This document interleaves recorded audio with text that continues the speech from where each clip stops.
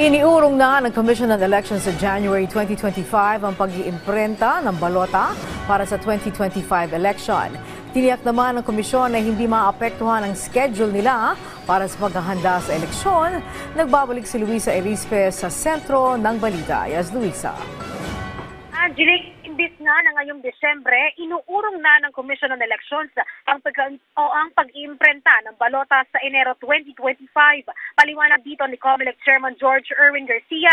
Ito ay dahil hindi pa tapos ng COMELEC resolbahin ang mga nakabinbin sa kanilang kaso ng disqualification para sa mga kakandidato. Kahit umano sa petisyon para sa nuisance candidates sa lokal na posisyon, nasa 80% pa lang silang tapos.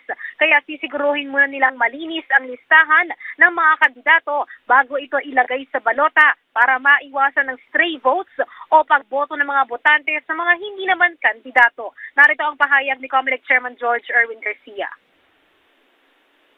Kaya po kami nag-January 6 na upang mapagbigyan yung mga kaso. Yung mga, pagka po kasi minadali namin, sasabihin naman ng mga respondents na iba, kaya yan minadali dahil sa gusto nila makapag-imprenta kagad ng balota. So ginawa po namin ang final decision January 6 lang at all costs.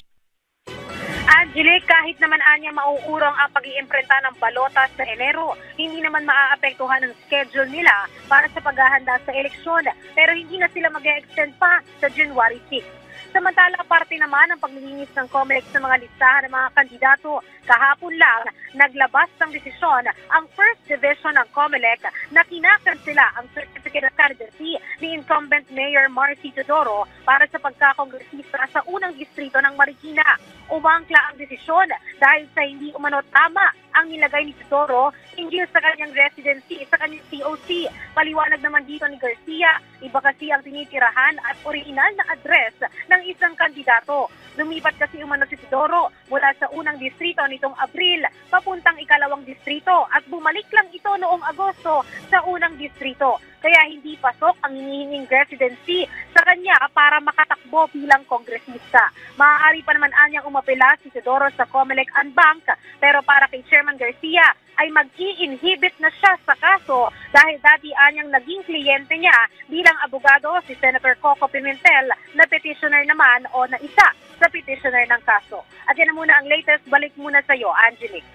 Okay, maraming salamat sa iyo, Luisa Erispe.